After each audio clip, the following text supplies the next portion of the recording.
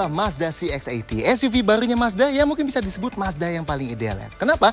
Pertama, dia 3 baris ya, jadi kita bisa duduk sampai 6 penumpang di dalamnya. Kedua, mewahnya itu mirip-mirip sama CX-60 atau mungkin bisa dibilang lebih mewah lagi. Dan ketiga, dia plug-in hybrid yang artinya kita bisa tinggal colok aja, charge, dan nanti dia bisa jalan pakai motor dan baterainya aja buat beberapa puluh kilometer. Dan kalau pengen jalan lebih jauh, tinggal isi bensin aja karena dia bisa juga digerakin pakai mesin bensinnya. Dan itu artinya juga mesinnya bisa bakal irit banget kalau kita sering-sering charge baterainya. Nah, buat detail ya, simak di 10 hal pertama dari Mazda CX-80.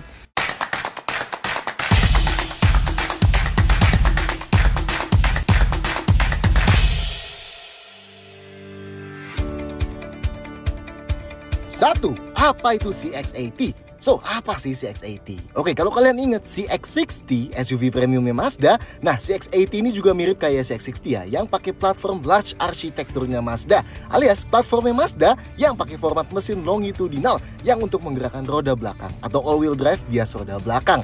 So, bukan ya, CX-80 bukan penggantinya CX-8, atau paling nggak bukan pengganti langsungnya ya, karena diposisiin lebih premium. Nah, sampai sekarang, large product groupnya Mazda ada 4 ya, CX-60, CX-70, CX-80, dan CX-90. Negara kaya Amerika Utara dapat yang angkanya ganjil ya, kayak CX-70 dan CX-90. Dan negara kaya Eropa dan Asia dapat yang angkanya genap, CX-60 dan CX-80. Kecuali Australia ya, yang saking lakunya Mazda di sana, jadi dapat 4-4-nya langsung. Singkatnya, anggap aja CX-80 itu versi lebih besarnya dari CX-60. Dan kalau CX-60 itu 2 baris, CX-80 itu 3 baris. 2. Varian dan warna. CX-80 di Indonesia ada 2 varian ya, Elite dan Kuro. Bedanya lebih ke penampilan luar dalam aja sih ya. Mesin yang dipakai dan fitur-fitur yang didapat sama persis. Pilihan warnanya ada 8 ya. Ada hitam jet black mica, biru deep crystal blue mica, krem platinum quartz metallic, perunggu melting copper metallic, dan warna premiumnya yang disebut Takumi Nuri ada 4 ya. Merah soul red crystal metallic, merah gelap artisan red metallic, abu-abu machine grey metallic, dan putih baru rhodium white metallic. 3. Plug-in hybrid. CX-80 dan CX-60 sebenarnya pilihan mesinnya di global banyak ya. Ada bensin, ada diesel, ada bensin atau diesel mild hybrid, dan ada juga plug-in hybrid. Nah, kebetulan CX-60 yang masuk ke Indonesia kemarin itu cuma tersedia dengan mesin bensin dan bensin mild hybrid aja. Kalau yang CX-80 ini masuk sini dengan mesin plug-in hybrid aja ya, atau PHEV sebutnya. Atau di CX-80 ini disebutnya e-Skyactiv PHEV. Nah, buat yang belum tahu, plug-in hybrid artinya kita sama-sama bisa isi bensin dan bisa charge mobilnya juga. Makanya cupnya ada 2 ya kan, yang kiri cup bensin dan yang kanan cup buat charge. Nah, bedanya sama hybrid biasa. Kalau hybrid biasa kan kita cuma bisa jalan murni tanpa perlu nyalain mesin bensinnya buat jarak yang sangat singkat aja ya. Nah, kalau plug-in hybrid kayak CX-80 ini bisa jalan pure EV mode lebih jauh ya, sampai puluhan kilometer. Tepatnya 60 km kalau klaimnya Mazda buat CX-80 ini. Dan kalau hybrid biasa kan kita cuma bisa isi bensin aja, dimana baterainya bakal di-charge sama mesin bensinnya. Nah, kalau plug-in hybrid kita bisa isi bensin dan bisa charge juga. Jadi kalau setiap hari rajin nge-charge terus bisa tuh ya, nggak perlu isi bensin sama sekali buat bolak-balik ke kantor aja. So simpelnya, PHEV ini mau jadi elektrik bisa, mau jadi mobil bensin juga bisa ya. Mesin bensinnya 4 silinder 2500 cc, tenaganya 189 HP atau 191 PS, dan torsinya 261 Nm. Sama kayak mesin Mazda biasanya, ini mesin canggih ya yang ada direct injectionnya dan rasio kompresi super tinggi 13:1. Nah, di antara mesin dan transmisinya ada sebuah motor listrik bertenaga 173 HP atau 270 Nm. Dan ini ditenagain sama baterai lithium ion berkapasitas 17,8 kWh di bawah lantai. Total tenaganya nggak bisa langsung dijumlahin ya, tapi 323 HP atau 327 PS. Sedangkan torsi totalnya 500 Nm. Jelas bukan angka yang rendah ya. Malah ini jadi Mazda paling powerful di Indonesia sekarang. Nah, mesin dan motor tadi ngetransfer tenaganya langsung ke transmisi 8 percepatannya. Yes, ini transmisi 8-speed mirip punyanya CX-60 yang pakai planetary gears tapi tanpa torque converter, melainkan pakai multi-plate clutch ya. Nah, dari strukturnya ini aja harusnya jelas ya, sistem PHEV-nya CX-80 ini perpindahan elektrik ke bensinnya nggak bakal bisa se-smooth mesin hybrid Toyota atau Honda gitu, karena masih ada transmisi dedicated-nya. Tapi di sisi lain, feel berkendaranya bakal lebih familiar kayak mobil konvensional, lebih engaging dan lebih fun to drive, nggak kayak feel ke CVT-an ala hybridnya Toyota Honda gitu. Nah, kayak CX-60 juga, CX-80 PHEV ini juga all-wheel drive ya, atau penggerak 4 roda dengan bias ke roda belakang. Lanjut, ada pedal shift di balik setir buat pindahin giginya secara manual ya. Dan sama kayak CX-60 juga, kita bisa set dari head unitnya. Pedal shift ini bisa dibuat sekali dipakai bakal ngejaga supaya full kayak transmisi manual terus, atau beberapa detik kemudian bakal balik lagi ke otomatis kalau nggak dipencet-pencet lagi ya. Tentunya ada regenerative braking. Jadi kalau kita lepas pedal gasnya, mobilnya sambil berdeselerasi, itu motornya bakal berkebalikan fungsi dan bakal sangat perlahan ngisi baterai mobilnya sekaligus ya. Dan ini bisa di-set dari head unit di EV settings ya. Level regennya normal atau high buat yang lebih agresif. Ada 4 mode berkendara yang bisa dipilih pakai tuas MI Drive ini. Ada Sport, Normal, EV, dan Off-Road. Masing-masing bakal ngubah tampilan di instrumen clusternya ya. Dan ada satu tambahan mode lagi. Kalau kita klik tombol yang ini, nah nanti bakal masuk ke mode Charge Hold ya. Dimana mesin bensinnya bakal selalu aktif buat jalanin mobilnya sembari charge baterainya terus. Nah, mode charge ini kita bisa set dari head unit ya. Mau isi baterainya terus sampai berapa persen di bagian driving charge target ini. Dari head unit juga kita bisa pilih EV Priority Mode ini buat memprioritaskan sebisa mungkin pas nyalain mobilnya, dia nyalanya ke mode EV dulu ya. Oke, kalau mau charge baterainya, dari kap sebelah kanan sini tinggal langsung tekan aja. CX-80 PHEV yang masuk Indonesia cuma bisa pakai AC charging ya. Portnya Type 2 dan bisa nerima daya hingga 7,2 kW. Kalau pakai daya maksimumnya, bisa charge dari 20-80% dalam 90 menit ya. Oke, tapi gimana rasa mobilnya, gimana performanya, dan gimana konsumsi BBM-nya, itu kita tetap harus cobain dulu ya. 4. Eksterior besar dan elegan. Satu kata pas kita baru lihat CX-80 ini adalah besar mobilnya. Panjangnya 5 meter kurang sedikit, lebih panjang 25 cm dibanding CX-60. Dan penambahan panjang itu seluruhnya ada di penambahan wheelbase juga. Lebih besar juga dibanding CX-8, tapi ini masih lebih kecil dibanding CX-70 dan CX-90 ya. Sedangkan ini kalau dibanding kompetitor kayak Palisade, Mercy GLA atau BMW X5. Nah, desainnya CX-80 ini kayak plek-ketiplek sama CX-60 dari depannya, yang artinya bahasa konsep masih dipertahankan dan tentunya masih mengandung elemen Sori, Utsoroi, dan Yohaku kayak CX-60 juga. Oke, detail depannya yang varian Elite yang jadi ciri khas CX-80 di sini adalah adanya 3 garis ini ya, yang Mazda sebut insignia. Entah apa artinya sih ya. Grillnya tetap pakai model stack vertikal gini, dan list signature wing yang varian Elite ini chrome terang ya warnanya. Lampunya pun pakai model proyektor yang ditumpuk atas bawah kayak di CX-60 ya. Dan panel hitam segitiga yang di pinggir kiri kanan bawah berlubang ya, buat tembusin udara ke bagian ban depan. Dan ada active shutter grill yang bisa ngebuka grill di depan radiator ini ketika butuh pendinginan dan ditutup lagi ketika enggak ya. Tentunya desain kap mesin super panjang kayak di CX-60 juga dipertahankan ya, buat lebih kuat ngasih identitas mesin longitudinalnya. Nah, yang Kuro ini nggak kayak di CX-60 ya, karena di sini grillnya tetap pakai stack vertikal kayak di Elite. Bedanya wingnya chrome gelap aja, sisanya mirip lah ya sama yang di Elite. Detail lampu depannya, di arealnya yang L di dalam dan garis di grillnya, lampu utamanya proyektor LED yang atas, lampu jauhnya proyektor LED yang bawah, dan lampu seinnya yang list LED di grillnya bakal berkedip kayak detakan jantung ya.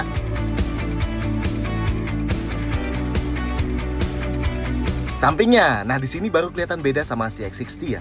Panjang gambutnya CX-80 ini kerasa banget karena wheelbase-nya juga super panjang, bikin presensinya lebih kentara lagi ya. Dari bentuk pilar C-nya juga CX-80 ini udah kelihatan lebih kayak SUV 3 baris. Dan di CX-80 juga ada roof rack yang ngebedain dari CX-60 ya.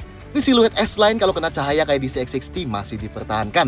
Dan kayak CX-60 varian mahal juga, di CX-80 ini nggak ada skid plastiknya ya. Semua dibuat body color yang bikin kelihatan lebih mewah. Sedangkan panel di fender depan yang disebut side signature sini ada emblem PHEV-nya dan dilingkarin chrome ya di Elite. Velgnya pun mirip CX-60 Elite dan Kuro bentuknya. 20 inci dual tone gini, tapi dual tone-nya lebih terang aja ya bedanya.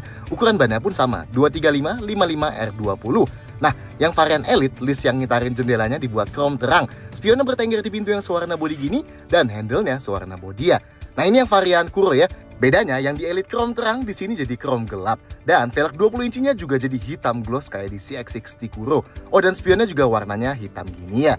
Nah, ini belakangnya CX-80. Sekilas sih mirip CX-60, kecuali kalau lihat bumper paling bawahnya.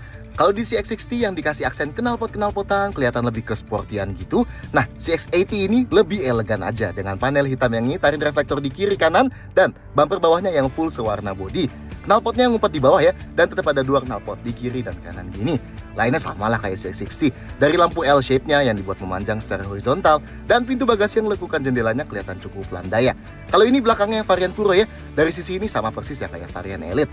Detail lampu belakangnya, lampu malamnya LED bar yang panjang, lampu remnya LED yang kecil itu, dan high mount stop lamp LED yang panjang. Lampu seinnya sekali lagi pakai LED yang nyalanya kayak heartbeat ya, nice. Dan lampu mundurnya LED juga.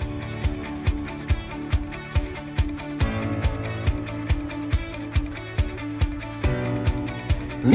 Interior sangat mewah. Kayak di CX-60 juga, interiornya CX-80 dibedain penggunaan bahan dan warna dari variannya ya. Ini dashboardnya yang varian Kuro, dan ini dashboardnya yang varian Elite.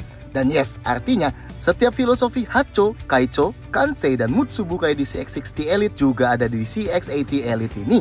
Dari dashboardnya yang pakai garis horizontal panjang dengan bahan soft touch hitam di paling atas, kain tekstil tenun putih besar banget ini yang ada jahitan kakek nuninya, dan list chrome panjang di bawahnya yang langsung ngitarin ventilasi AC, konsol tengah yang luar biasa lebar buat menguatkan kesan mesin longitudinalnya, dan dipakein kayu dengan natural green yang mewah ini, plus panel metal dan kulit di pinggirnya, head unit floating yang lebar ini, setir 3 spokes yang lingkarnya dilapis kulit ini, dan di panel tengahnya ada lingkar chrome ya. Dan setiap tombol-tombol di tengah yang kerasa high quality ketika ditekan. Buat bedain sama CX-60, tombol di kontrol AC CX-80 lebih padat ya, karena ada buat aktifin kontrol AC belakangnya. Nah, yang Kuro pun sama kayak CX-60 Kuro ya, yang kombinasiin warna tan dan hitam. Pakai bahan ultra suede di tengahnya, panel kayu yang di tengah pakai motif yang gelap, dan setirnya pakai dual tone gini yang kelihatan kayak mobil Eropa mahal. Oh, dan tetap ada panoramic sunroof ini ya. Oke lah. Oke, tapi di luar kemewahannya, highlight dari CX-80 ini jelas joknya lah ya. Bukan jok depannya sih. Ini bentuknya sama aja ya kayak di CX-60 yang pakai bahan kulit napa dan campuran yang perforated juga. Plus di tengahnya ada motif unik kayak gini. Nah, yang menarik jok baris keduanya ini nih. CX-80 yang masuk Indonesia pakai yang model captain seat ala VIP gini yang dapat jok besar kayak di depan. Plus konsol tengah yang besar juga kayak di depan yang ada lapis kulit dan ada chrome-nya segala. Keren sih ya ini. Kelihatan kayak jok tengah mobil super mahal. Feel VIP-nya dapet banget. Tetap ada jahitan-jahitannya pula di tengahnya. Oh, bahkan jok ini elektrik loh buat atur recline-nya. Mantap ya. Lebih menjustifikasi harga mahalnya CX-80 ini. Soalnya di luar negeri dia juga tersedia dengan pilihan yang 7-seater atau 6-seater yang lebih standar. Satu lagi yang bikin jok CX-80 menarik, ada baris ketiganya. Ya, ukurannya jelas nggak segede di tengah atau di depan ya, tapi jadi bisa nampung penumpang lebih banyak, dan itu kan yang paling disenengin sama orang Indonesia. Oke, biar tahu bedanya, ini jok depannya yang varian Kuro, sama ya pakai kulit napa juga. Nah, ini jok tengahnya, dan ini jok paling belakangnya. Pintu depannya ini yang Elite, ada bahan soft touch di paling atas, panel kayu kayak di tengah tadi, dan chrome di bawahnya. Kain tenun yang besar juga, dan lapis kulit di sandaran tangannya. Sedangkan ini pintu depan yang varian Kuro. Kombinasinya mirip-mirip tapi beda bahan aja. Kayak yang di tengah jadi ultra suede gini ya. Nah, pintu belakangnya juga kombinasinya mirip-mirip. Paling bedanya di paling atasnya ada tambahan buat dudukan sunshade aja. Dan ini pintu belakang yang Kuro. Detail lainnya kita tunjukin di yang Elite aja ya. Pedal gasnya pakai model organ pedal ala mobil Eropa gini nih. Sun visornya yang sebelah kanan ada card holdernya, sedangkan kiri dan kanan sama-sama ada kaca yang bisa ditutup buka dan lampu LED-nya. Lampu kabinnya di depan ada 2 LED gini, di baris kedua ada di kiri dan kanan ya, masing-masing LED juga, dan di baris ketiga ada tambahan 1 lagi, tapi buat nyalainnya harus dari depannya. Sedangkan pegangan tangan plafonnya di depan selain di sisi penumpang ada juga di sisi driver. Di baris kedua, di kiri dan kanan sama-sama ada gantungan bajunya, sedangkan di baris ketiga sayangnya nggak ada pegangan tangannya. Tapi gimana rasa duduknya? Nah, konfigurasi jok. Buat masuk ke depan, pintu depannya termasuk berat ya. Nice, bukannya juga lebar, dan yang kita seneng, pintu ini nge-cover sampai ke bagian paling bawah sini. Jadi kalaupun bagian luarnya kena ciprat-ciprat kotor, dalamnya masih ke cover dan gak ikut kotor ya. Jadi kaki kita nggak bakal kepeperan. Dan buat napak ke dalamnya cukup tinggi kayak kebanyakan SUV monokok sekelas lah. Nah, pas buka pintu, joknya juga bakal mundur buat ngasih ruang lebih supaya kita masuknya lebih gampang ya. Dan pas pintunya ditutup, joknya bakal maju dan setirnya bakal turun. Nice ya? Oke, di depan sini, posisi duduknya kalau kita set ke paling rendah masih kerasa cukup tinggi, tapi nggak ketinggian ya, khasnya SUV monokok gini. Tapi enaknya, karena kap mesin yang panjangnya, moncongnya cukup kelihatan ya dari dalam, jadi ngasih patokan yang jelas. Visibilitas ke samping cukup bagus karena spionnya bertengger di pintu ya, bukan di pilar A. Pengaturan joknya, yang driver elektrik 8 arah ya, plus ada pengaturan lumbar 2 arah. Dan di kanan dashboard ada buat memori 2 arah juga. Plus yang paling unik ada opsi buat pakai posisi yang dirasa paling optimal oleh mobilnya ya, dari driver personalization system yang bakal nge-scan tinggi badan kita. Ini nanti kita jelasin lebih detail di soal fitur deh ya. Yang di penumpang depan juga sama, 8 arah plus lumbar 2 arah ya. Headrestnya hanya bisa dinaik turunin ya, nggak bisa maju mundur, tapi posisinya udah termasuk sangat ergonomis. Jadinya kepala kita sandaran sambil nyetir sama sekali nggak ngedanga ya. Nice, ruang kepalanya juga aman meskipun ada panoramic sunroofnya ini ya. Buat sandaran tangannya yang di tengah sini sangat-sangat empuk ya, dan ini panjang. Jadi kita bisa sandarin tangan sambil pegang setir. Di tengah sini juga udah dilapis kulit yang empuk, jadinya paha kita enak nih sandaran gini empuk ya. Dan yang di pintu juga kulitnya luar biasa empuk ya buat sandarin tangan. Mantap. Seatbeltnya bisa diatur naik turun, setirnya kayak CX-60 juga ya, tilt dan teleskopik elektrik ya. Nice lah ya, mewah. Sandaran kaki kiri driver ada gundukan dan pad plastiknya ya. Oke, sekarang kita ke belakang. Pintu belakangnya berat juga nih, dan kayak CX-5 dan CX-60 juga, CX-80 ini pintu belakangnya sudut bukanya lebar banget ya, nyaris 90 derajat. Mantap, dan karena atapnya nggak nekuk aneh-aneh, jadi pas kita masuk, kepala kita nggak perlu nunduk ya. Oke, posisi duduk di tengah sini agak beda ya sama kebanyakan SUV monokok. Sangat-sangat tinggi. Ini ngingetin kita sama posisi duduknya CX-8 yang terakhir juga ya. Posisinya kayak jauh lebih tinggi dibanding yang di depan. Dan jadi kelihatan nih, kepala kita cenderung mepet sama plafonnya. Jadi sayangnya di satu sisi ini ngurangin feel leganya ya. Lanjut, sudut paha kita ketopang cukup oke, meskipun menurut kita sedikit kurang panjang ya supportnya. Tapi overall posisi duduknya masih nyaman banget sih. Tetap sangat berasa duduk di mobil mewah. Oke, jok ini bisa digeser maju mundur manual ya. Kalau digeser paling maju sampai mentok segini ya. Ini misalnya kita mau ngasih ruang ke penumpang di baris ketiga gitu. Segini ruang kakinya jelas nggak luas lah, tapi masih cukup ya buat kita. Nah, ini kalau kita geser paling mundur, nah ruang kakinya jadi jauh lebih luas ya. Paling nggak buat ukuran Mazda sih ini udah sangat-sangat luas. Meski emang kalau dibanding sama Hyundai Palisade gitu, jelas masih lebih lega Palisade ya. Ruang gerak sepatunya masih cukup aman. Nah, yang unik buat ubah sudut rebahnya elektrik nih, pakai tuas di pinggir sini. Ini kalau kita bikin paling tegak, ruang kepalanya masih aman, meski emang agak kerasa sempit ya. Dan ini kalau kita bikin paling rebah, udah termasuk sangat rileks ya posisinya. Nggak sampai tiduran emang, tapi udah santai banget. Apalagi sambil ngelihat atap panoramiknya. Oh, dan headroomnya pun jadi lebih lega ya jadinya. Jadi emang lebih pas kalau kita sandarin kayak gini. Nah, headrestnya di kedua joknya bisa dinaikin ya. Buat sandaran tangan di tengah dapat konsol tengah raksasa ini ya, yang sama kayak di depan, empuk banget juga. Dan di pinggirnya ada kulitnya juga, jadi paha kita dapat feel empuknya juga. Sandaran tangannya di pintu juga kulitnya luar biasa empuk kayak di depan, nice ya. Dan ada sunshade kayak gini buat nambah privasi lebih. Oke lah. Nah, ini kan jelas ada konsol tengah raksasanya ya. Makanya pasti kita nggak bisa duduk bertiga di baris kedua sini. Tapi kalau mau geser ke sisi satu lagi, gundukan tengah lantainya sangat tinggi ya. Jadi kaki kita mesti ngelipet dan naik banget buat geser ya. Dan karena dia pakai model captain seat tapi yang ada konsol tengah VIP-nya gini, jadi kalau kita mau ke baris ketiga nggak bisa dari tengah ya, harus dari pinggir sini. Oke, kita cobain ya ke paling belakang. Caranya tinggal klik aja tombol yang di bawah sini dan sandaran joknya bakal jatuh. Abis itu kita perlu dorong joknya ya. Selain pakai tombol yang di bawah tadi, sebenarnya bisa juga pakai tuas yang di atas ini ya, sama aja. Tarik terus kita dorong joknya. Nah, nanti di lantainya ada dua tapakan gini ya yang bisa kita pakai buat naik ke belakang. Dan ada cekokan gini juga yang bisa kita jadiin buat pegangan tangannya. Dan dari sisi sebelahnya pun sama ya, bisa klik tombol yang di bawah atau tarik tuas di atas tadi, tapi yang kebuka dua jok aja ya. Nah, yang unik banget, buka jok baris ketiga ini nggak ngubah posisi terakhir jok baris keduanya ya. Nih, misalnya kita ubah posisi recline-nya pun, terus kita buka jok ini buat masuk ke baris ketiga. Nah, begitu joknya dibalikin lagi, bakal balik ke posisi yang terakhir. Nice ya? Oke, ini baris ketiganya. Posisi di sini sedikit lebih tinggi lagi dibanding di baris kedua ya. Yang artinya jarak dudukan joknya ke lantainya cukup pendek ya. Dan bakal bikin paha orang dewasa setinggi 173 cm kayak kita itu bakal lebih naik gini ya. Nggak masalah sih buat jalan jarak dekat. Tapi kalau buat jarak jauh sebaiknya buat anak kecil aja sih ya. Headrest ini nggak adjustable ya, hanya bisa tegak atau jatuh aja. Tapi yang penting kita bisa bersandar gini lah ya. Sudut rebahnya juga nggak bisa diubah ya, fix aja. Posisinya cenderung agak tegak sih. Ya masih cukup oke lah buat jalan pendek. Ruang kepalanya buat kita sisanya sangat sedikit ya. Kalau ruang kakinya, ini kalau jok baris keduanya kita geser sampai paling maju. Tentunya sisa ruang kaki kita jadi masih aman ya. Meskipun tadi kan yang di depan bakal kesempitan. Dan ini kalau kita geser ke paling mundur, udah nggak cukup ya sayangnya. Paha kita udah mentok gini. Dan ruang gerak sepatunya pun kejepit ya di bawah sini. Dan gerakan kaki kita juga agak sempit karena banyak dudukan plastik. Plus ada konsol tengah besar di tengahnya.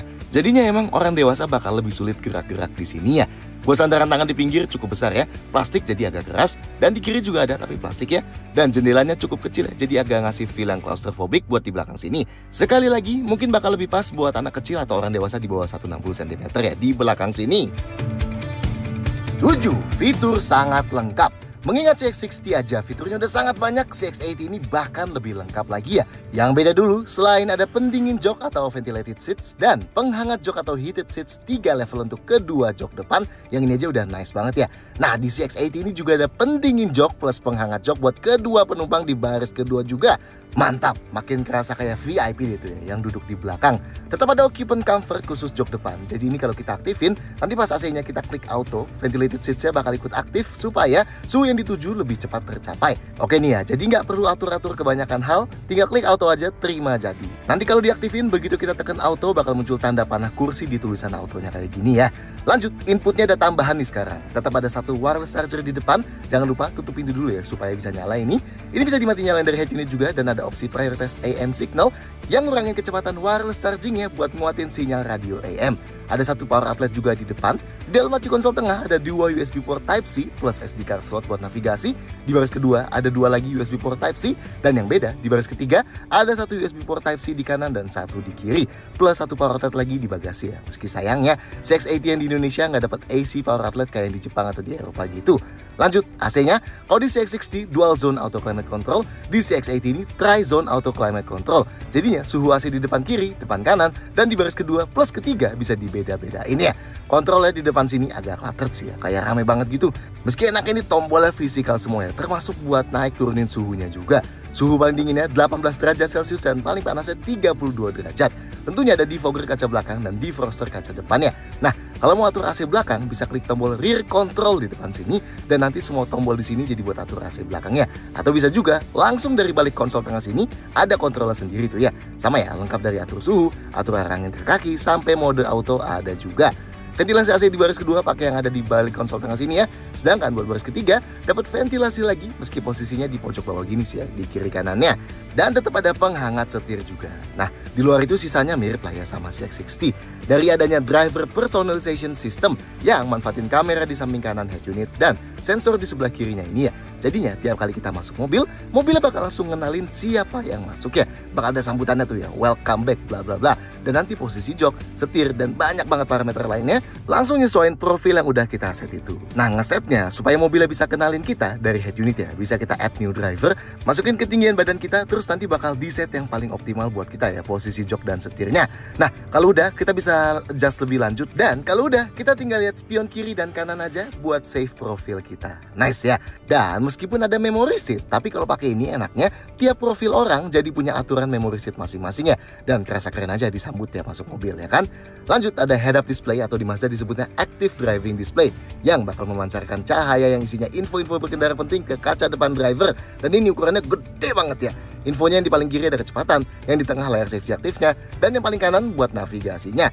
Tentunya dari head unit bisa diatur naik turun, brightness-nya, dan konten apa aja yang mau ditampilinnya. Ada panoramic sunroof juga, ukurannya nggak terlalu gede sih sebenarnya, tapi lumayan lah buat nambah feel mewah di baris kedua. Instrument clusternya tetap full TFT LCD 12,3 inci ya, yang resolusinya kelihatan luar biasa bening dan animasi startnya keren banget ya. Nah, ini kalau kita ubah mode berkendaranya, temanya juga bakal berubah ya. Sport jadi kayak gini, dan ini tampilan di mode sport kalau masuk cruise control. Mode normal kayak gini, dan ini di mode normal kalau masuk cruise control. Mode EV kayak gini, dan ini mode EV kalau masuk cruise control. Dan mode off-road kayak gini, dan ini di mode off-road kalau nyalain cruise control. Plus di head unitnya kita juga bisa pilih buat selalu nampilin tampilan yang mode cruise control itu juga ya. Dan fontnya pun bisa kita set jadi sedikit lebih gede kayak gini. Nah, info yang bisa diganti-ganti ada konsumsi BBM instan dan rata-rata, info temperatur mesin dan temperatur baterai, layar status safety aktif iActive Sense, layar warning, dan dikosongin. Lanjut, kuncinya kayak gini. Tentunya ada passive keyless entry-nya ya. Jadi kalau mobilnya kita kunci, remote-nya tinggal dikantongin aja, deketin mobilnya dan grab bagian dalam handle pintunya, dan kuncinya bakal kebuka. Spionnya juga langsung kebuka tuh ya. Nah, buat kunci lagi tinggal tap aja alur kecil yang di handle pintunya ini, dan spionnya juga bakal kelipet lagi. Ada walkway lock juga, jadi kalau kita habis matiin mobilnya, kuncinya cukup kita kantongin aja, dan kita nggak perlu klik apa-apa. Cukup jauhin aja mobilnya, dan nanti mobilnya bakal kekunci sendiri. Nice ya? Tentunya ada tombol start stop ini buat mati nyalain mesinnya. Spion tengahnya auto dimming yang pakai model frameless gini. Ini di malam hari kalau kena silau dari belakang bakal menghijau sendiri ya buat mengurangi silau. Dan spion sisi driver juga auto dimming ya, yang bakal menghijau buat mengurangi silau. Sound systemnya premium nih dari Bose. Tetap ada 12 speaker ya kayak di CX-60. Termasuk ada satu center speaker di dashboard ya. Bisa kita ganti juga listening positionnya ke semua jok atau ke driver aja. Dan tetap ada fitur Bose Center Point buat ngasih feel surround. Plus Bose Audio Pilot buat otomatis sesuaiin kualitas dan volume yang menyesuaikan kecepatan mobilnya. Rem parkirnya tentu elektrik ya, tinggal tarik aja buat aktifin dan klik sambil injek pedal rem buat nonaktifin. Ada auto hold juga buat nahan remnya pas lagi berhenti. Jadi pas kita lagi berhenti, kita cukup injek pedal remnya dan nanti remnya bakal ketahan terus supaya kaki kita nggak perlu terus-terusan nahan remnya sendiri. Jendelanya keempat-empatnya auto up down ya. Lampunya otomatis dan di head unitnya bisa di set sensitivitasnya. Wipernya otomatis juga, ada rain sensingnya. Setirnya yang sebelah kiri ada tombol kontrol audio, voice command, dan atur rem ID. Yang sebelah kanan ada tombol adaptive cruise dan CTS-nya. Yang sebelumnya udah kita sebutin, jok driver dan penumpang depannya sama-sama elektrik. Sedangkan yang driver ada memori 2 arah dan pengaturan setirnya elektrik juga. Ada pedal shift-nya juga nih ya di belakang setirnya. Terakhir, head unitnya 12,3 inci yang resolusinya termasuk tajam ya. Ini sayangnya tetap nggak bisa disentuh sama sekali ya. Jadi tetap pakai kontrol rotary commander control ini yang posisinya sih termasuk ergonomis banget ya buat dikontrol. Dan di samping-samping knobnya ada beberapa tombol fisikal tambahan plus knob volume ya. Ada wireless Apple CarPlay dan Android Auto, jadi kita bisa pakai aplikasi kayak Apple Music, Google Maps, Waze, dan lain-lain. Nanti dapat interface kayak gini ya di layarnya. Oke, menunya, kalau kita geser ke paling kiri ini bisa selalu lihat layar warning ya. Nah, menu information ini isinya ada driver efficiency monitor. Di dalam sini bisa lihat sejarah konsumsi BBM dan energi dari tiap preset mobil dan yang bisa kita reset sendiri. Terus ada yang bisa lihat skema PEV-nya dan ada settings kayak gini. Terus ada high voltage battery monitor. Ini bisa lihat detail soal baterai dan EV-EV-annya ya. Dan vehicle status monitor ini isinya peringatan plus detail-detail pengingat servis. Lanjut medianya, source-nya ada radio, Bluetooth, 2 USB buat audio dan video, dan smartphone connection tadi. Communication ini buat koneksiin Bluetooth buat teleponi, navigation ini navigasi bawaan, dan settingsnya komplit banget ya. Yang beda sama CX-60, ada EV settings di sini. Isinya ada charging schedule buat jadwalin AC charging, climate control timer buat otomatis nyalain AC tiap di jadwal yang kita set, bisa set limit charge baterainya, bisa bikin pas kita connect charger mau langsung ngunci, atau nguncinya pas sudah mulai nge-charge aja, atau nggak dikunci sama sekali. Bisa atur mode regen, bisa nyalain EV priority mode tadi, dan driving charge target buat charge hold tadi ya. Lanjut, in-vehicle display ini buat atur layar-layaran dari settings layar head-up display-nya, settings layar head unit-nya, dan settings layar instrument cluster-nya. Sound settings buat segala pengaturan audio, safety settings buat segala pengaturan fitur keselamatan. Dari driver assistance system ini buat atur adaptive cruise, lane centering, dan speed limit-nya. Safety alert ini buat peringatan dari fitur-fitur active sense-nya. Collision avoidance buat settings yang berhubungan sama menghindari tabrakan dari fitur active sense-nya. Driver monitoring, view monitor buat atur detail kamera 360-nya. Parking sensor buat atur detail setting sensor parkirnya. Vehicle settings bisa set paddle shift logic tadi. Doors buat segala settings pintu kayak bagasi elektrik, kunci otomatis dan buka kunci otomatis, walkaway lock dan lain-lain. Exterior lighting buat atur sensitivitas auto headlight, buat set adaptive LED headlight, mati nyalain DRL, atur welcome light dan follow me home. Interior lighting buat atur ambient lighting, rain sensing wiper buat mati nyalain wiper otomatis, terus ada buat mati nyalain spion lipat otomatis, atur one touch triple turn signal dan volume lampu sein. Atur defogger belakang bakal mati sendiri atau nyala terus setiap kali diaktifin. Atur occupant comfort tadi. Nah, di driving position, ini ada driver seat entry and exit assist. Ini jadi kalau kita set standar, dia bakal otomatis mundurin jok driver pas kita matiin mesin mobil biar kita keluar dan masuk mobilnya lebih gampang. Dan pas nyalain mobilnya, joknya bakal maju lagi ya. Kalau partial itu maju dan mundur lebih sedikit aja. Dan steering wheel entry and exit assist buat bikin setirnya naik dulu pas kita matiin mesin mobil dan mau keluar, biar keluar masuk mobilnya lebih gampang. Nice ya? 8. Safety sangat lengkap. Kayak CX-60, fitur keselamatannya CX-80 juga sangat lengkap ya. Bahkan di Eropa dapat bintang 5 Euro NCAP dan dapat kategori Best in Class. Nice sih ya. Airbagnya ada 7, 2 airbag depan dan 1 airbag lutut driver, 2 airbag samping yang ada di samping kedua jok depan dan 2 airbag pilar yang memanjang. Remnya, rem depan dan belakang sama-sama cakram ventilasi, tapi lebih gede dibandingkan di CX-60 ya. Yang depan 347 mm dan yang belakang 350 mm. Tentunya ABS, CBD dan brake assist komplit ya. Traction control atau TCS dan stability control atau DSC tentunya ada ya. Ada kinematic posture control juga yang bakal ngeremin sisi dalam ban belakang pas nikung buat ngasih postur yang lebih natural pas belok dan bodi mobil yang lebih stabil. Ada hill start assist atau di Mazda disebut hill launch assist yang bakal nahan rem di tanjakan kalau kita lepas pedal remnya buat pindah ke pedal gas biar mobilnya nggak merosot dulu. Ada hill descent control juga, ini bakal ngontrol rem dan gas mobilnya biar kita bisa merangkak jalan perlahan secara otomatis di turunan curam. Sensor parkirnya 4 titik di belakang terintegrasi dan di depan juga 4 titik yang terintegrasi. Ada indikatornya di head unitnya ya, dan sensor parkirnya bisa dimatiin kalau klik tombol yang ini. Dan di head unit kita bisa setting suara dari sensor parkir depan dan belakang masing-masing mau sekeras apa. Kameranya ada 4 ya. Kamera belakang, 1 kamera di masing-masing bawah spion, dan kamera di grill depan sini. Jadinya bisa ngebentuk gambar 360 derajat kayak gini. Garisnya ikut belok ya pas kita putar setirnya. Nah, kalau di mode kamera belakang ada 2 angle ya, standar dan wide. Dan ada juga mode STV atau see-through view yang bakal gabungin juga gambar dari kamera samping buat ngasih lebih lebar lagi pandangannya. Dan di STV ini juga ada 2 ya, wide dan standar. Tampilan kamera depannya juga ada yang STV, wide, dan standar. Sedangkan kalau yang biasa ada wide, standar, dan full lihat samping buat lihat ban gasur atau enggak. Ada tombol buat buka kameranya langsung di sini ya. Nah, kamera di samping kanan head unit dan sensor di kirinya tadi juga bikin CX-80 jadi ada fitur driver monitoring atau drowsiness ya, yang bisa deteksi kalau mata kita lihat kiri kanan terlalu lama atau lihat HP kayak gitu misalnya.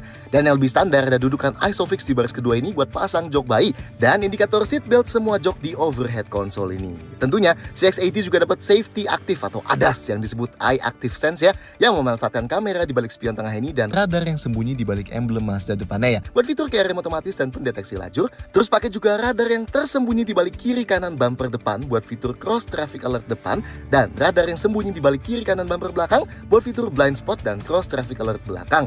Oke, iActive Sense ya, ada smart brake support yang bisa deteksi kalau ada kemungkinan nabrak mobil di depan dan bisa ngeremin otomatis. Ada lane departure warning system dan lane keep assist system yang bisa ngasih peringatan, geterin setirnya, dan balikin setirnya kalau terdeteksi mau keluar lajur tanpa ngasih lampu sein. Ada adaptive cruise control atau Mazda radar cruise control ya namanya di sini. Ini selain bisa jaga kecepatan konstan, juga bisa jaga jarak sama mobil di depannya. Jadinya kalau mobil di depan memelan, kita bakal ikut memelan, dan kalau mobil di depan mengencang lagi, kita bakal mengencang lagi secara otomatis tanpa kita perlu injak pedal rem dan gasnya. Ada cruising and traffic support juga yang bisa ngejaga mobilnya selalu ada di tengah-tengah lajur. Jadinya setirnya bisa belok ngikutin kurva garis selama beloknya nggak terlalu tajam ya. Tapi CTS ini hanya bisa aktif ketika adaptive cruise-nya aktif juga.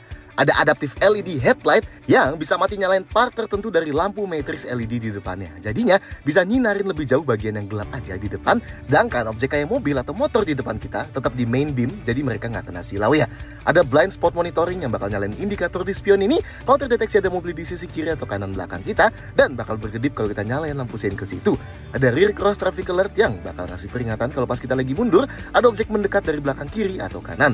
Dan ada front cross traffic alert yang bakal ngasih peringatan serupa kalau pas kita lagi jalan pelan ada objek mendekat dari depan, kiri, atau kanan. Oh, dan terakhir, tombol yang buat quick access fitur ADAS ya di kanan dashboard ini berubah buat jadi matiin volumenya ya, biar kalau kita nggak mau terganggu sama suara peringatan-peringatan ADAS ini, tinggal klik aja. 9. Bagasi dan storage. Bagasinya CX-80 ini elektrik ya, bisa dibuka dari remote, tinggal ditahan aja tombolnya, dan bisa buat tutup lagi juga. Bisa juga pakai gestur tendang, cukup kantongin aja remote ya, dan kita tendang ke bawah mobilnya gini dan bagasinya bakal kebuka. Sama ya, buat tutupnya lagi juga bisa. Bisa juga pakai tombol di dalam kabin, dan bisa juga manfaatin passive keyless entry-nya. Jadi kalau mobilnya lagi kekunci, kantongin aja remote-nya, dan klik satu-satunya tombol di pintunya sini dan bagasinya kebuka. Tapi semua pintu lain masih kekunci ya. Oke, ini bagasinya kalau semua jok lagi dibuka. Emang kelihatan masih gede banget ya. Bibirnya full mengotak dan lebar ya. Tapi emang bentuk bibir atasnya miring banget gini ya. Jadinya kalau kita naruh barang terlalu dekat sama pintu, barangnya nggak bisa terlalu tinggi ya. Kasnya SUV gini, jarak dari tanah ke bibir bagasinya termasuk cukup tinggi ya. Jadi kalau masukin barang berat pasti angkatnya sulit. Tapi emang bibirnya rata sama lantainya. Jadi keluarin barang dari dalam tinggal langsung tarik aja. Detail bagasinya, di sebelah kanan sini ada gantungan belanjaan ya. Ada power outlet 12 volt juga, bawahnya kosong. Yang sebelah kiri ada gantungan belanjaan juga dan lampu LED. Tapi sayangnya di bawahnya nggak dapat colokan AC power outlet kayak yang di Jepang ya. Oke, di bawah lantainya ada parcel shelf nih ya. Nanti kita praktekin cara pakainya. Ada cairan penambal ban juga, ada kompresor dan ada toolkit ya. Lanjut, kalau mau luasin kapasitas bagasi, jok baris ketiganya bisa dilipat pakai konfigurasi 50/50 ya. Tinggal tarik aja talinya, nah nanti headrestnya bakal jatuh dan tinggal kita turunin deh. Nah, jadinya kita bisa masukin barang yang lebih besar sambil tetap duduk satu penumpang di baris ketiga. Dan kalau mau luasin lagi, tinggal tarik aja tali sebelahnya ya. Nah, bagasinya bakal jadi luar biasa besar gini ya. Nice nih.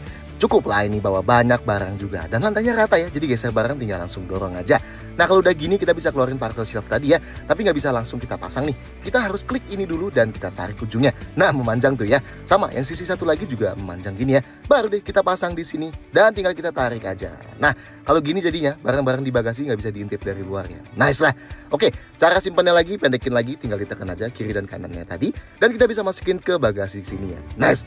Nah sayangnya kalau kita mau luasin kapasitas bagasi lagi gak bisa ya, karena jok baris keduanya pakai yang model VIP gini. Jadi dia cuma bisa dimajuin sedikit gini aja, gak bisa dilipat rata. Sayang ya, soalnya di varian yang pakai jok tengah model 7-seater atau 6-seater yang standar bisa tuh dilipat rata kayak gini. Ya tapi pembeli mobil gini di Indonesia mungkin lebih baik dapat feel luxury yang lebih kali ya di baris kedua dibanding bisa bagasi lipat rata. Oke, kalau mau tutup pintu bagasinya ada handle buat manual, atau tinggal klik tombol ini aja buat tutup biasa, atau tombol yang gembok ini buat tutup sekaligus langsung kunci lagi semua pintu mobilnya. Dan ini sisa storage di dalam kabin.